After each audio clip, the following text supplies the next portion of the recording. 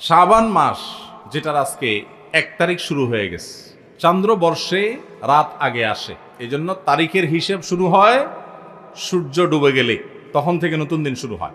এই যে শাবান মাস শুরু হলো, এই শাবান মাসে প্রিয় নবী সাল্লাল্লাহু আলাইহি সাল্লামের একটা আমল আছে, বলবো আপনাদেরকে ইনশাআল্লাহ, কিন্তু আমলটা করার চেষ্টা করতে হবে। এই প্রমিস, এই ওয়াদা আমার সাথে আগে আসতে হবে। কারা কারা চেষ্টা করবেন বলেন, হাত তোলেন দেখি। আল্লাহ আমাদের সব ভাইকে আমলের তৌফিক দান করুন। আল্লাহ। ভাইরা আমার, আমলটা হলো, আম্মা জান আয়েশা রাদিয়াল্লাহু তাআলা আনহা বলেছেন, মা রাআইতু রাসূলুল্লাহি সাল্লাল্লাহু আলাইহি ওয়াসাল্লাম ইসতাকমালা সিয়ামা শাহরিন কাত্তু ইল্লা রমাদান। আমি নবীজিকে পুরো মাস শুরু থেকে শেষ পর্যন্ত গোটা মাস রোজা রাখতে দেখেছি একবার, শুধু বছরে একবার, সেটা হলো রমজান মাসে। বছরে শুধু একবার পুরো মাস রোজা রাখতেন, সেটার নাম কোন মাস? রমজান মাস। আর রমজানের পরে পুরো মাস না, তবে মাসের বেশিরভাগ দিন রোজা রেখেছেন তিনি, এটা দেখেছি শুধুমাত্র শাবান মাসে। কোন মাসে ভাই? শাবান মাস। আম্মা জান আয়েশা রাদিয়াল্লাহু আনহা আরেকটা হাদিস আছে, সেখানে তিনি বলেছেন, কানান নবী সাল্লাল্লাহু আলাইহি সাল্লাম ইয়াসুমু শাবানা ইল্লা কালিলা। নবীজি শাবানের পুরো মাস প্রায় রোজা রাখতেন, কয়েকটা দিন বাদে, শেষের কয়েকটা দিন বাদে প্রায় পুরো মাস রোজা রাখার চেষ্টা করতেন। একজন সাহাবী আছেন উসামা ইবনে যায়েদ রাদিয়াল্লাহু তাআলা আনহু, নাম শুনেছেন আপনারা? বাচ্চাদের নাম রাখার জন্য অনেক সময় আমরা নাম খুঁজে পাই না, টালটু, বল্টু, নানটু, সন্টু, দুনিয়ার সব আজগুবি আজগুবি নাম বাইর করি। উসামা কত সুন্দর মাধুর্যপূর্ণ একটা নাম। নবীজি সাল্লাল্লাহু আলাইহি সাল্লামের অত্যন্ত আদরের একজন সাহাবী যায়েদ রাদিয়াল্লাহু তাআলা আনহু, তার ছেলে উসামা ইবনে যায়েদ, নবীজি সাল্লাল্লাহু আলাইহি সাল্লাম নাতির মতো আদর করতেন, স্নেহ দিতেন, ছোট মানুষ ছিলেন। উসামা ইবনে যায়েদ রাদিয়াল্লাহু তাআলা আনহু, এই যে উসামার নামে নাম রাখতে পারেন ছেলেদের, উসামা সুন্দর। আমরা আজকাল শর্ট সংক্ষেপ নাম খুঁজি, নাম উসামা 3 অক্ষরের নাম রাখা যায়। তো যাই হোক, উসামা ইবনে যায়েদ রাদিয়াল্লাহু তাআলা আনহু তিনি বলেন, আমি নবীজি সাল্লাল্লাহু আলাইহি সাল্লামকে জিজ্ঞাসা করলেন, হে আল্লাহর রাসূল, তিনি বলেন যে আমি জিজ্ঞাসা করলাম, হে আল্লাহর রাসূল, মা লাম আরাকা তাসুমু ফি শাবান মা লা তাসুমু ফি গায়রি। আপনাকে দেখি আপনি শাবানে যত রোজা রাখেন অন্য কোন মাসে এত রোজা রাখেন না, কারণটা কি? হেতু কি? এ মাসে এত বেশি রোজা রাখার কারণটা কি? রোজার মাস তো রমজান মাস, কিন্তু শাবানে আপনি বেশি বেশি রোজা কেন রাখেন? নবীজি সাল্লাল্লাহু আলাইহি সাল্লাম তখন উসামা ইবনে যায়েদ রাদিয়াল্লাহু তাআলাকে বলেছেন 2টি কারণ। কটি কারণ?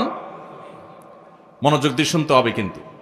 এই হাদিসটাই আপনি বাসায় গিয়ে আপনার মায়ের সাথে, আপনার স্ত্রীর সাথে, আপনার বন্ধু বান্ধবের সাথে যেন শেয়ার করতে পারেন, সেভাবে মনোযোগ দিয়ে শুনবেন। ওয়াজ মাহফিলের কথা বেশিরভাগই হারায় যায়, হারায় গেলে চলবে না ভাই। আমি কষ্ট করে ঢাকা থেকে আসছি, আমার ভাইয়েরা কষ্ট করে আয়োজন করেছেন, আপনারাও কষ্ট করে আসছেন, সার্থক হতে হবে, এখান থেকে নিয়ে যেতে হবে। হাদিসটা ভালো করে মনে রাখবেন। নবীজি সাল্লাল্লাহু আলাইহি সাল্লাম শাবান মাসে বেশি বেশি রোজা রাখতেন দেখে তার আদরের সাহাবী, নাতির মতো স্নেহ করতেন যাকে, উসামা ইবনে যায়েদ রাদিয়াল্লাহু তাআলা আনহু, তিনি প্রশ্ন করেছেন কাকে? নবীজিকে। কি প্রশ্ন করেছেন? যে হে আল্লাহর রাসূল, আপনাকে শাবানে এত বেশি রোজা রাখতে দেখি, অন্য কোন মাসে এত নফল রোজা আপনি রাখেন না, কারণটা কি? তখন নবীজি কয়টা কারণ বলেছেন? 2টা কারণ। নাম্বার 1, তিনি বলেছেন, যাকা শাহরুন ইয়াগফুলুন নাসু বাইনা রজব ওয়া রমাদান। শাবান মাসের 2 ধারে, 2 প্রান্তে 2টি মাস আছে, যে 2টি মাস অনেক মহিমান্বিত, মর্যাদাপূর্ণ। শাবানের আগের মাসটার নাম কি ভাই? রজব। এই রজব মাসটা মহিমান্বিত কোন কারণে? মেরাজের কথা বলছেন। রজব মাসটা কেন মর্যাদাপূর্ণ, কেন এর মর্যাদা বেশি? দেখেন, এত বড় মাহফিলের 2-4 জন মানুষও জানেন না, 2-4 জন মানুষও জবাব দিতে পারেননি, একজন থেকেও আসে নাই অডিয়েন্স থেকে, স্টেজ থেকে এক ভাই বলেছেন। দেখুন, রজব মাসের মর্যাদার কারণ হলো সম্মানিত 4টি মাস আছে। কোরআনে আল্লাহ তাআলা সূরা তাওবায় একাধিকবার এ সম্পর্কে আলোকপাত করেছেন।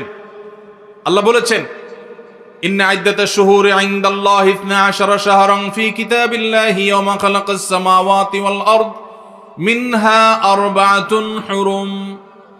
বছরে 12টি মাসের মধ্যে 4টি মাস আছে সম্মানিত, মর্যাদাপূর্ণ। আল্লাহ এগুলোকে সম্মান দিয়েছেন, বিশেষ মর্যাদার মাস। রমজান তো সবচেয়ে শ্রেষ্ঠ মাস আছেই, রমজানের পরে মর্যাদার বিচারে সম্মানিত মাস কয়টা? এই 4টার মধ্যে নবীজি সাল্লাল্লাহু আলাইহি সাল্লাম সহিহ বুখারীতে এই 4 মাসের ব্যাখ্যা বর্ণনা করতে গিয়ে তিনি বলেছেন সালাসুন মুতাওয়ালিয়াত, এই 4টার মধ্যে 3টা হলো ধারাবাহিক, জিলকদ, জিলহজ, মুহররম, আর চতুর্থ মাসটা হলো ওয়া রজব মুদর আল্লাযী বাইনা জুমাদা শাবান, এই যে রজব মাসটা। তাহলে রজব মাসটা সম্মানিত 4 মাসের একটা, সেজন্য এই মাসটা মূলত মহিমান্বিত। এই মাসে নবীজি সাল্লাল্লাহু আলাইহি সাল্লাম মেরাজ হয়েছে বলে অনেক ইতিহাসবিদগণ বলেছেন, আবার অন্য মাসে হওয়ার কথাও আছে, কিন্তু আসল তাৎপর্যের কারণ হলো রজব মাসটি হলো সম্মানিত 4 মাসের একটা। এটাও আমরা অনেকেই প্রথম শুনলাম জীবনে। যাই হোক, সে বিষয়ে কথা বলা আমার উদ্দেশ্য নয়। তো উদ্দেশ্য হলো যে ওসামা ইবনে যায়েদকে নবীজি বলেছেন যে শাবান মাসটার আগের মাসটা হলো রজব, যেটা সম্মানিত 4 মাসের একটা মর্যাদাপূর্ণ মাস। আবার শাবানের পরের মাসটা কোনটা? রমজান, সেটা হলো বছরের সবচাইতে সেরা মাস। তো নবীজি বলেছেন 2টা মর্যাদাপূর্ণ মাসের মধ্যবর্তী শাবান মাসে মানুষ আমল ইবাদত না করে অবহেলায় বেশিরভাগ মানুষ কাটায়। বেশিরভাগ মানুষ অপেক্ষা থাকে রোজা কবে আসবে, তখন কোরআন তেলাওয়াত শুরু করব। রমজান কবে চাঁদ দেখা যাবে রমজানের, তখন নামাজ ধরবো।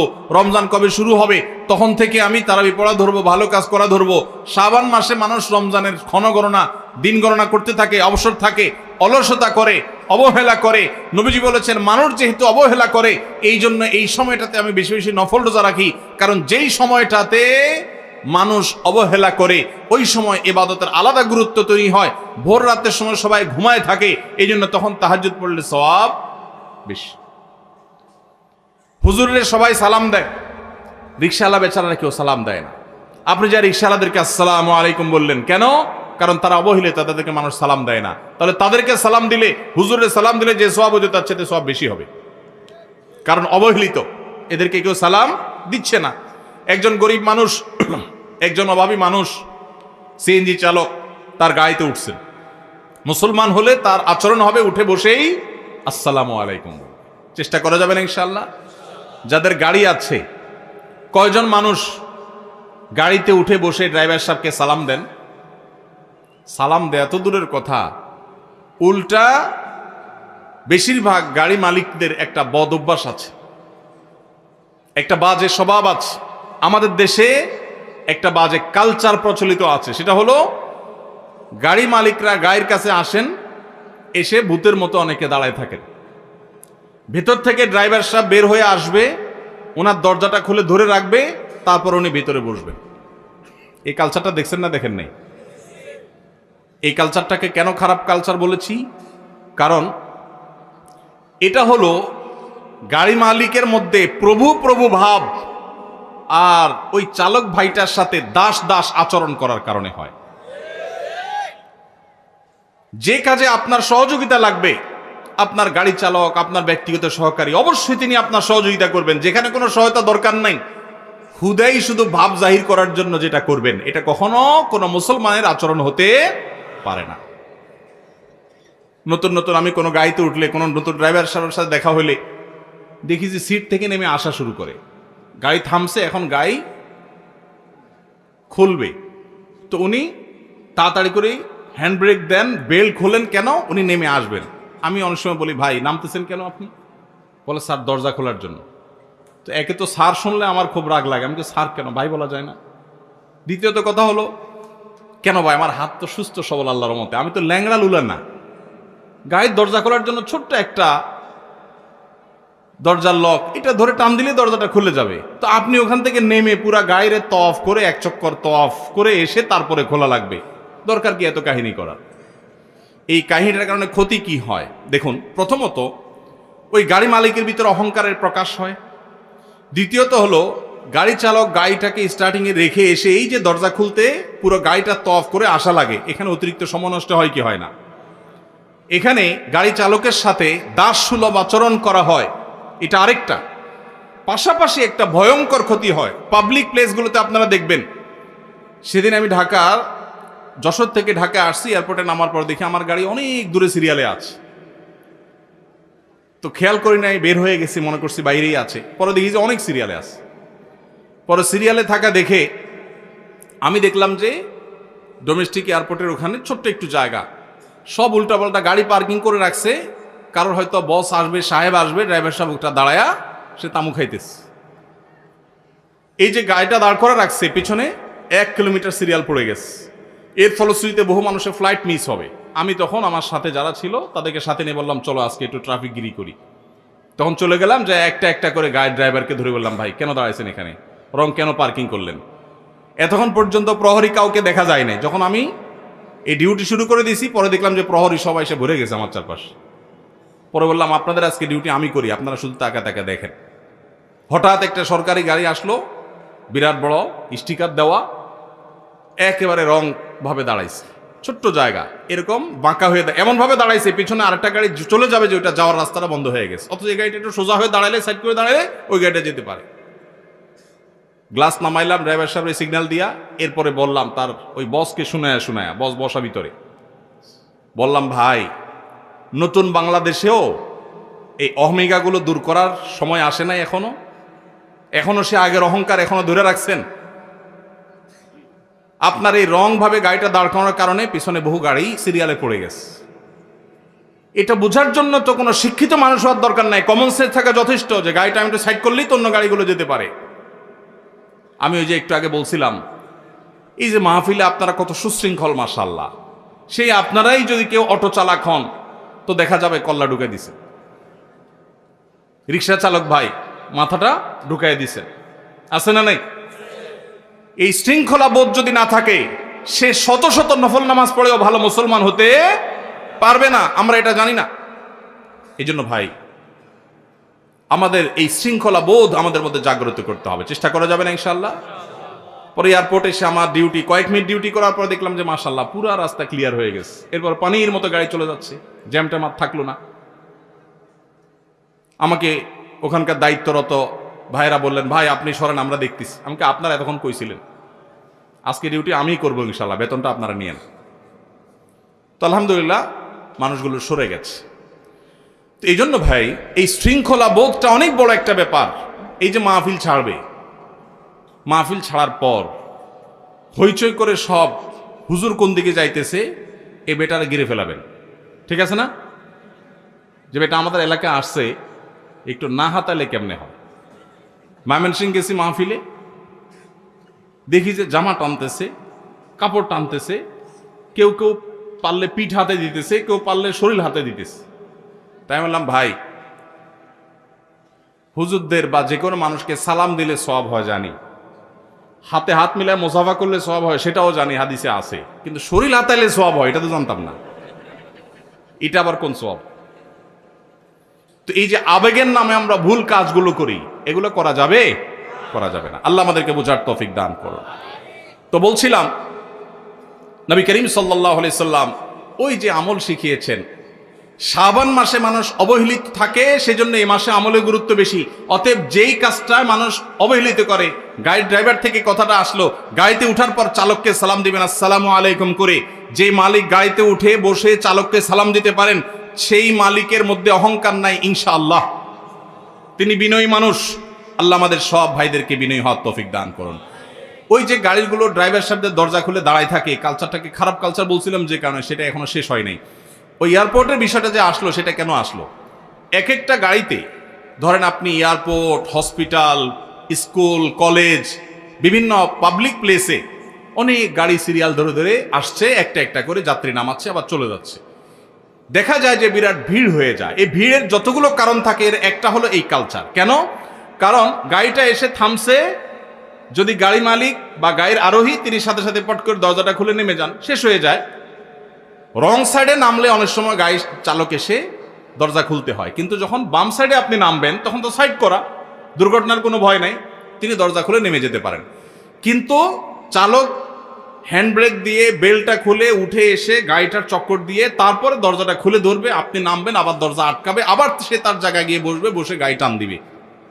অতিরিক্ত সময় নষ্ট হয় কি হয় না?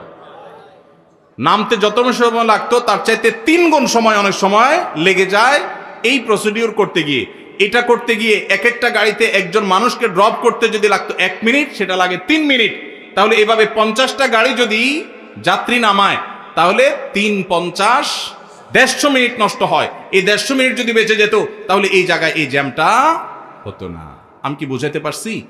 এই জন্য যাদেরকে আল্লাহ তাআলা গাড়ি দিয়েছেন, আপনারা মনে কষ্ট নেবেন না।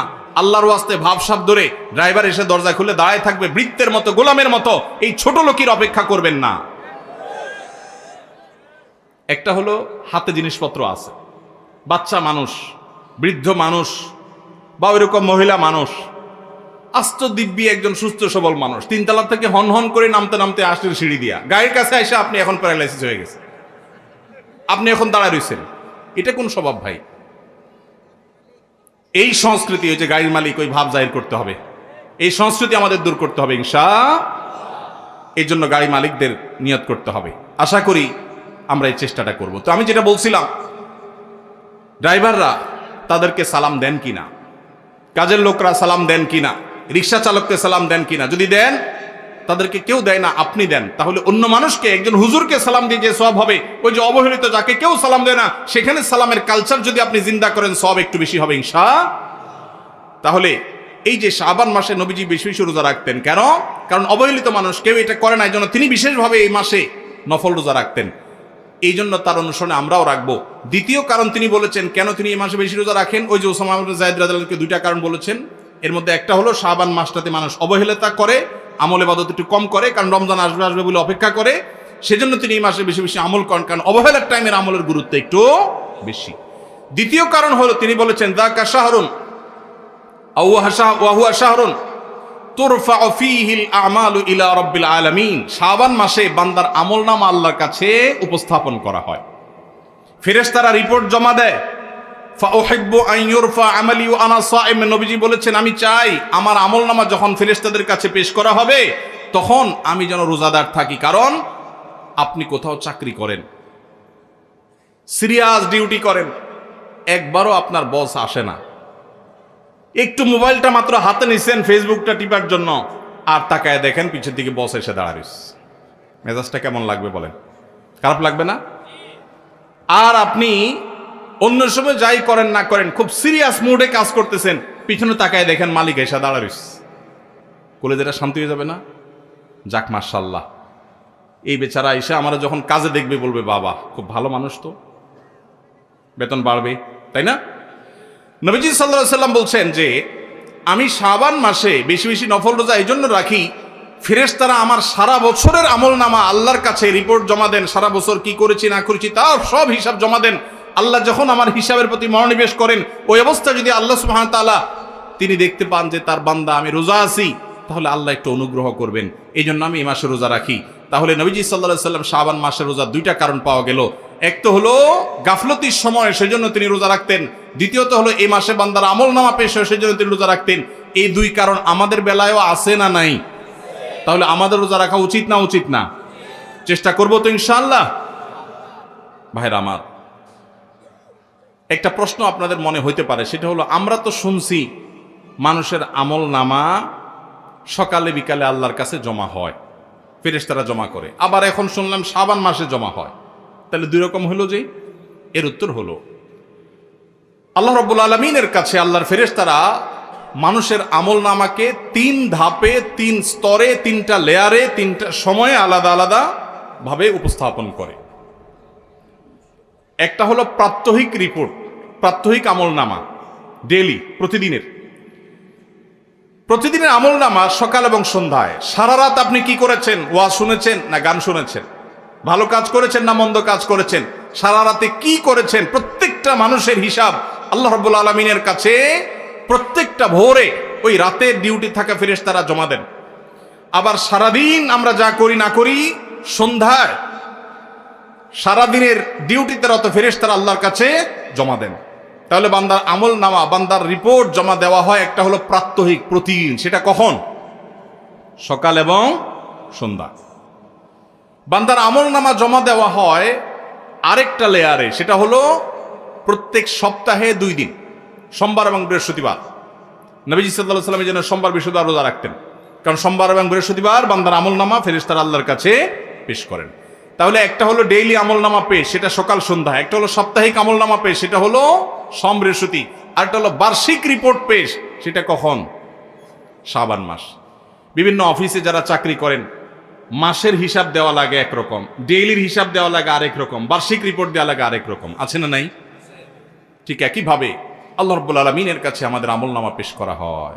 ভাইরা আমার, সেজন্য এই রিপোর্ট জমা দেওয়ার সময়গুলোতে বান্দা বিশেষভাবে আমলে মনোযোগী হবে। এই জন্য নবী সাল্লাল্লাহু আলাইহি সাল্লাম বলেছেন ওয়াসাব্বিহু, আল্লাহ তাআলা বলেছেন কোরআনে কারীমে ওয়াসাব্বিহু বুকরাতাও ওয়া আসীলা, সকাল সন্ধ্যা আল্লাহর তাসবিহ পেশ করো। নবীজি সাল্লাল্লাহু আলাইহি সাল্লাম সকাল সন্ধ্যা বিশেষ তাসবিহ পেশ করতেন, জিকির আজকার করতেন, দোয়া করতেন, আমল করতেন। কারণ এই যে আমল জমা দেওয়া হয়, আমলনামা জমা দেওয়া হয়। আবার সোমবার বৃহস্পতিবার রোজা রাখতেন, কারণ আমলনামা জমা দেওয়া হয়। আবার শাবান মাসে বেশি রোজা রাখতেন, কারণ আমলনামা জমা দেওয়া হয়। তাহলে আমলনামা জমা দেওয়ার তিনটা লেয়ার আছে, মনে থাকবে তো ইনশাআল্লাহ। ভাইরা আমার, এছাড়াও শাবান মাসে বেশি বেশি নফল রোজার আরেকটা কারণ আছে, সেটা হলো ইস্তেহাদি। সেটা হাদিস দ্বারা না, প্রমাণিত না, সেটা বিভিন্ন মুহাদ্দিসগণ, ওলামা একরাম, স্কলারগণ বলেছেন। সেটা হলো হঠাৎ করে রমজানের রোজা যদি রাখা শুরু করেন, সারা বছর একরকমের খাদ্য অভ্যাস, সকাল দুপুর রাতে খেয়ে, এখন হঠাৎ করে অভ্যাসটা চেঞ্জ হয়ে যাবে, ইফতার এবং রাতে সাহারি খাবেন আর সারাদিন না খেয়ে থাকবেন। হঠাৎ করে 30 দিনের রোজা রাখতে গিয়ে আপনার কষ্ট হয় কিনা, অভ্যাসটা আগে থেকে যেন হয়, সেজন্য শাবান মাস থেকে কিছু কিছু নফল রোজা রাখতে হয়। এটা হলো ওয়ার্ম আপ, রিহার্সেল, প্রস্তুতিমূলক রোজা। এই জন্য ভাই, এই শাবান মাসে বেশি বেশি রোজা রাখবেন তো ইনশাআল্লাহ। পুরো মাসের প্রথম 15 দিন 20 দিন রোজা রাখার তৌফিক যদি নাও হয়, অন্তত একটা রোজা হইলেও নবীজির সুন্নাত আমল করতে গিয়ে আমরা কারা কারা করবো একটু হাত তুলে দেখি। একটা হইলেও রাখবেন ইনশাআল্লাহ। নিয়ত করছেন তো ইনশাআল্লাহ? সবাই বরাতেরটা না, ওইটা বাদে একটা হইলেও রাখবেন। নিয়ত করছেন তো ইনশাআল্লাহ? আল্লাহ আমাদের সবাইকে আমল করার তৌফিক দান করুন। এই আমলটা যদি আপনারা করেন ভাইরা, হারিয়ে গেছে, সমাজে আলোচনা নাই, সেজন্য আমি আলোচনা করলাম। বিলুপ্ত হওয়া আমলগুলোর একটা শাবান মাসে বেশি বেশি নফল রোজা। চর্চা নাই, আমল নাই, আলাপ নাই, মানুষ ভুলে গেছে। আপনারা যে ঘরে ঘরে রাখেন, মানুষ জানবে, সুন্নাহটা জিন্দা হবে, ঘরে ঘরে আমলটা শুরু হবে। আপনি অন্য মানুষকে বলবেন একই কথা, তাকে উদ্বুদ্ধ করবেন, তাহলে নবী সাল্লাল্লাহু আলাইহি সাল্লামের ওই হাদিসের ফজিলত পাবেন। আপনি মৃত সুন্নতকে জিন্দা করলেন, সেই সওয়াবটা পাবেন। চেষ্টা করা যাবে তো ইনশাআল্লাহ। এই মাহফিল থেকে আমি সামারি করছি, কথা তো অনেকই বললাম। দুটি জিনিস অন্তত আমরা সবাই সংকল্প করে নিয়ত করে যাব। মা বোনরা যারা শুনছেন, আপনারা যারা শুনছেন, সবাইকে বলছি, একটা হলো আজানের জবাব দেওয়ার কথা বলেছি, আর একটা হলো শাবান মাসে বেশি বেশি নফল রোজা রাখার প্রকার। 2টা 4টা 6টা। ভাইরা আমার, রোজা রাখলে মরে যাবেন না, মনে হয় যে সারাদিন না খায় কেমনে থাকবো। যারা নিয়মিত নফল রোজা রাখেন তারা জান পানির মতো সোজা, কোনো ব্যাপার না, আল্লাহর রহমত। একটু চেষ্টা করলেই হয়, একটু হিম্মত করলেই হয়। চেষ্টা করা যাবে তো ইনশাআল্লাহ, নিয়ত করা যাবে তো ইনশাআল্লাহ। আল্লাহ আমাদের সবাইকে আমলের তৌফিক দান করুন। জাযাকুমুল্লাহু খাইরা ওয়া আখির দাওয়ানা আনিল হামদুলিল্লাহি রাব্বিল আলামিন।